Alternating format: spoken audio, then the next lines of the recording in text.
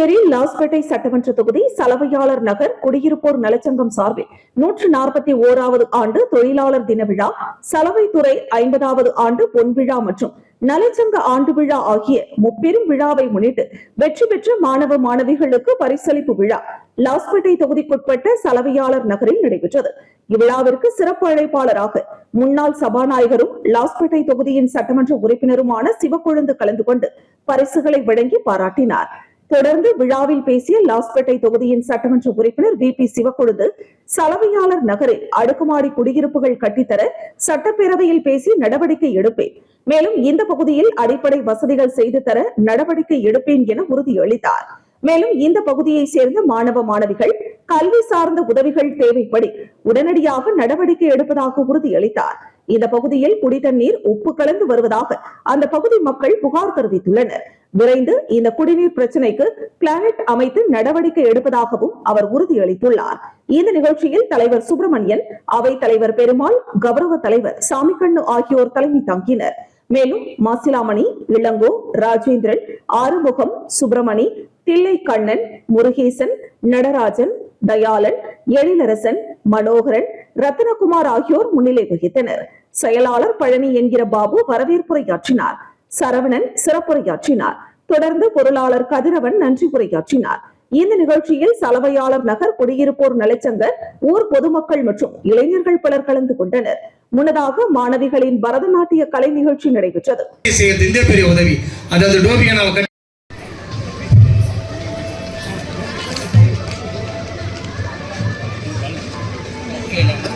செயலாளர் அவர்களுக்கும் என்னுடைய மனமார்ந்த நன்றியை தெரிவித்துக் கொள்கின்றேன். இந்த நிகழ்ச்சி எவ்வளவு சிறப்பாக அமைவதற்கு இந்த மேடையிலே என்னை சட்டமன்ற உறுப்பினர் ஆக்கியிருக்கிறேன் என்று சொன்னால் அத்தனை பெருமையும் உங்களை சார்ந்தது.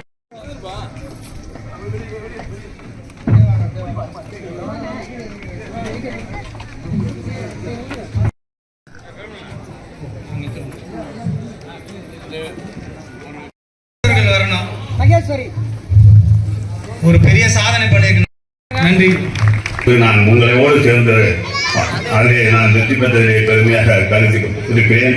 நம்முடைய வாழ்க்கை உயர்வதற்கு நிச்சயமாக நான் என்றைக்கும் உறுதுணையாக இருப்பேன் என்பதை ஒரு சூழ்நிலையாக நான் இந்த மேடையிலே கூறிக்கொள்ள கடமைப்பட்டிருக்கிறேன். ஏனென்று சொன்னால் இன்றைக்கு சலவையாளர் அதாவது புகழப்படுவார், அதாவது நீங்கள் நினைத்தால் தான் நாங்கள் வெளியே போக முடியும். அதற்கு உங்களுடைய உழைப்பு.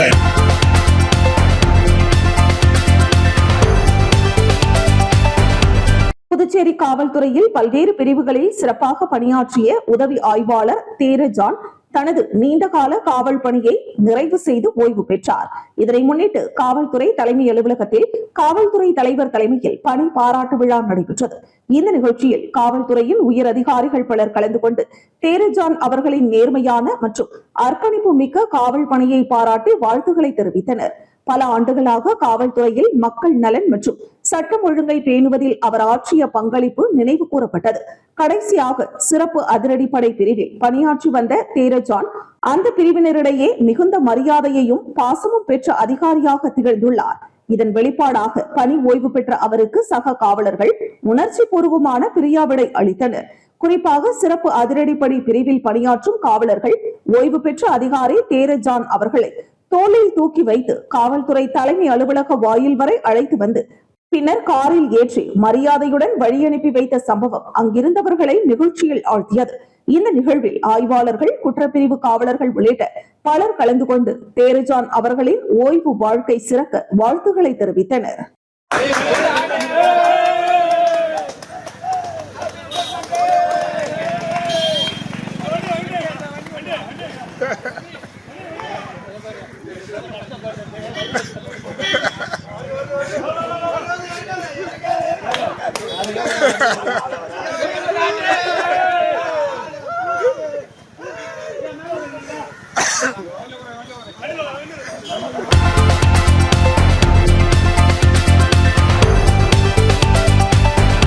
புதுச்சேரி குருமாம்பேட் பகுதியில் அமைந்துள்ளது ஸ்ரீ யோக மாயா லலிதாம்பிகை மற்றும் ஸ்ரீ மகா சாம்ராஜ்ய லலிதாம்பிகை திருக்கோவில். இந்த திருக்கோவிலில் வைகாசி மாத பௌர்ணமியை முன்னிட்டு ஸ்ரீ மகா சாம்ராஜ்ய லலிதாம்பிகைக்கு பால், தயிர், சந்தனம், திருநீர், திருமஞ்சனம், குங்குமம் உள்ளிட்ட பல்வேறு வாசனை திரவியங்கள் கொண்டு மகா அபிஷேகம் செய்யப்பட்டது. தொடர்ந்து கன்யா பூஜை, சுமங்கலி பூஜை நடைபெற்றது. தொடர்ந்து அலங்கரிக்கப்பட்ட ஸ்ரீ யோகமாயா லலிதாம்பிகை மற்றும் ஸ்ரீ மகா சாம்ராஜ்ய லலிதாம்பிகை அம்மனுக்கு சோடச தீபாராதனை நடைபெற்றது. இந்த கன்யா சுமங்கலி பூஜையில் பங்கேற்ற பக்தர்கள் லலிதாம்பிகை அம்மனை வழிபட்டு சென்றனர். இதற்கான ஏற்பாடுகளை ஆலய நிர்வாகி மகேஸ்வர சாஸ்திரிகள் மற்றும் பக்தர்கள் சிறப்பாக செய்திருந்தனர்.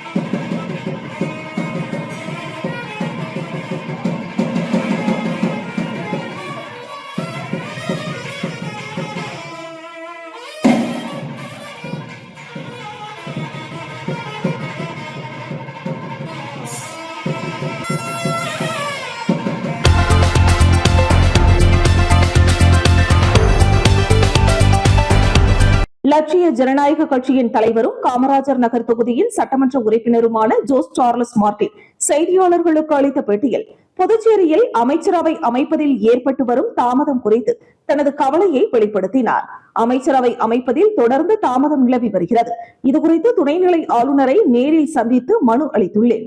மக்களின் நலனுக்காக அரசு உடனடியாக அமைச்சரவை கூட்டத்தை நடத்தி முக்கிய முடிவுகளை எடுக்க வேண்டும். அமைச்சரவை தாமதத்திற்கு நான் காரணம் என்று யாரேனும் கருதினால் எனக்கு எந்த பதவியும் தேவையில்லை என்பதை தெளிவாக தெரிவித்துள்ளேன் என்றார். மேலும் மழைக்காலம் நெருங்கி வரும் நிலையில் உப்பனாறு, வெள்ளவாரி மற்றும் பல்வேறு நீர்வழி வாய்க்கால்கள் முறையாக பராமரிக்கப்படாமல் உள்ளன. இதனால் மழைநீர் வடிகால் பிரச்சனைகள் ஏற்படும் அபாயம் உள்ளது. எனவே சம்பந்தப்பட்ட துறைகள் உடனடியாக நடவடிக்கை எடுத்து சீரமைப்பு பணிகளை மேற்கொள்ள வேண்டும் என வலியுறுத்தினார். அதேபோல் சென்டெக் மூலம் கல்வி பயிலும் மாணவர்களும் பல்வேறு சிக்கல்களை எதிர்கொள்ளும் சூழல் உருவாக்கியுள்ளதாக குறிப்பிட்ட அவர் மாணவர்களின் நலனையும் அரசு கவனத்தில் கொண்டு விரைவான தீர்வுகளை வழங்க வேண்டும் என்றார். இறுதியாக நான் கூட்டணியில் இணைந்தது எந்த பதவிக்காகவும் அல்ல, மக்களுக்கு நல்லது செய்ய வேண்டும் என்ற நோக்கத்துடன் தான் வந்தேன். மக்களின் பிரச்சனைகளுக்கு தீர்வு காண்பதே எனது முதன்மை குறிக்கோள் என்று ஜோஸ் சார்லஸ் மார்டின் தெரிவித்தார். லட்சிய ஜனநாயக கட்சி தமிழ்நாட்டிலையும் நாங்கள் தொடங்குகிறோம். அதுக்கு பொதுச் செயலாளராக திரு நெல்லை ஜீவானனை அழைச்சிருக்கோம்.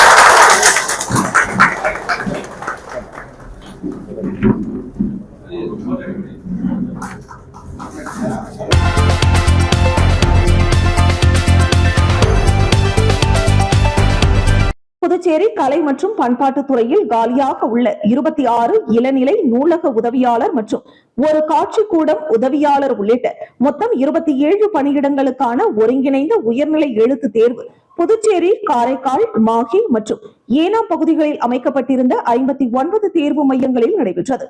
ஒரு பணியிடத்திற்கு 803 பேர் என்ற விகிதத்தில் மொத்தம் 21,688 தேர்வர்கள் தேர்வில் பங்கேற்றனர்.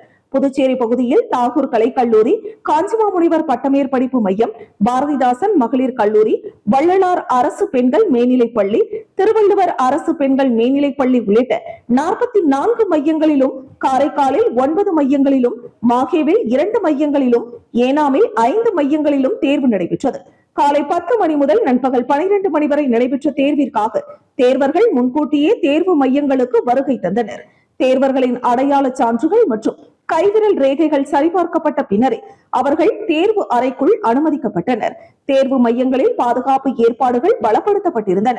மொபைல் போன்கள் மற்றும் பிற மின்னணு சாதனங்கள் கொண்டுவர தடை விதிக்கப்பட்டிருந்ததுடன் முறைகேடுகளை தடுக்க ஜாமர் கருவிகள் மற்றும் கண்காணிப்பு கேமராக்களும் பயன்படுத்தப்பட்டன. தேர்வு எந்தவித அசம்பாவிதங்களும் இன்றி அமைதியான முறையில் நடைபெற்று நிறைவடைந்ததாக தேர்வு அமைப்பின் அதிகாரிகள் தெரிவித்தனர். தேர்வு முடிவுகள் மற்றும் அடுத்த கட்ட நடவடிக்கைகள் குறித்து பின்னர் அதிகாரப்பூர்வமாக அறிவிக்கப்படும் எனவும் தெரிவிக்கப்பட்டுள்ளது.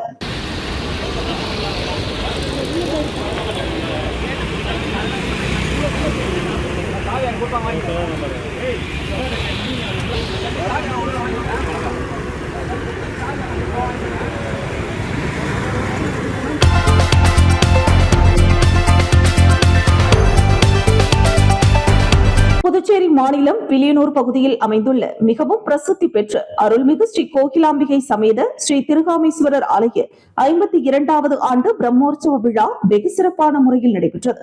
இதில் 11ஆம் நாள் மருத்துவர் நாவிதர் குல மரபினர்கள் ஏற்பாட்டில் சுவாமி முத்து பள்ளக்கில் மின்விளக்கு சிவ அலங்காரத்துடனும் வான வேடிக்கையுடனும் திருவீதி உலா காட்சி நடைபெற்றது.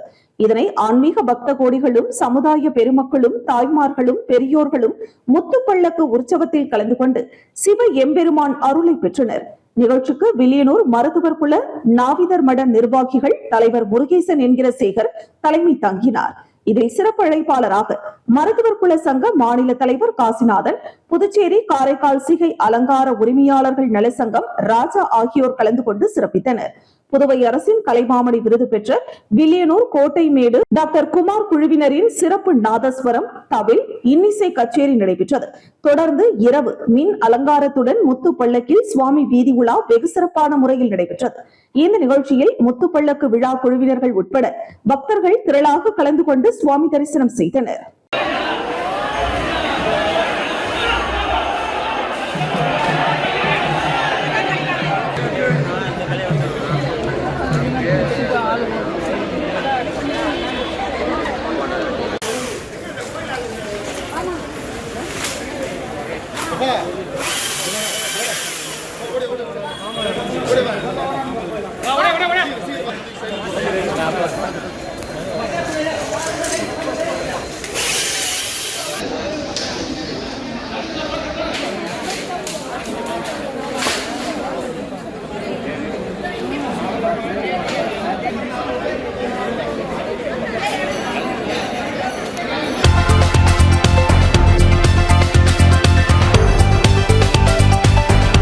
முதலியார்பேட்டை தொகுதி சட்டமன்ற உறுப்பினர் ஜான்குமார் அவர்களின் புதிய அலுவலக திறப்பு விழா சிறப்பாக நடைபெற்றது.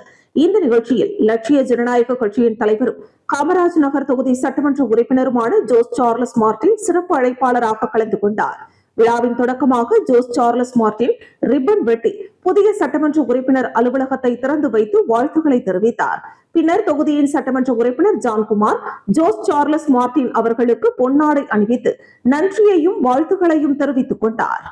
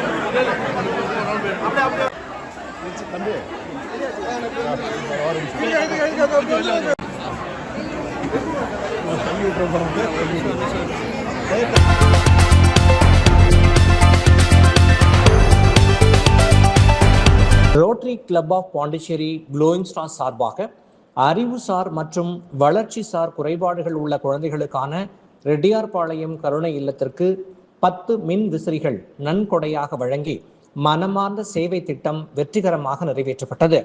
இந்நிகழ்ச்சியில் க்ளோயிங் ஸ்டார்ஸ் சாஸ்தான தலைவர் ரோட்டேரியன் ராம்குமார், துணைத் தலைவர் ரோட்டேரியன் டாக்டர் ஹேமராணி, செயலாளர் ரோட்டேரியன் டாக்டர் பூர்ணிமா, பொருளாளர் ரோட்டேரியன் சங்கர் ஆனந்த், இணைச் செயலாளர் ரோட்டேரியன் டாக்டர் ராஜேஸ்வரி, திட்ட இயக்குனர் ரோட்டேரியன் தேவநாதன் மற்றும் ரோட்டேரியன் முனைவர் தேவ ஏழுமலை, ரோட்டேரியன் கதீஜா, ரோட்டேரியன் பிரதீப் மற்றும் கருணை இல்லத்தின் பொறுப்பாளர்கள், சிறப்பு பயிற்சி ஆசிரியர் பெருமக்கள் உள்ளிட்ட பலரும் பங்கேற்றார்கள். நன்கொடையை விட இந்த அற்புதமான குழந்தைகளுடன் பகிர்ந்து கொண்ட புன்னகை, அன்பு மற்றும் நேரமே இந்த நிகழ்வினை மிகவும் அர்த்தமுள்ளதாக்கியது.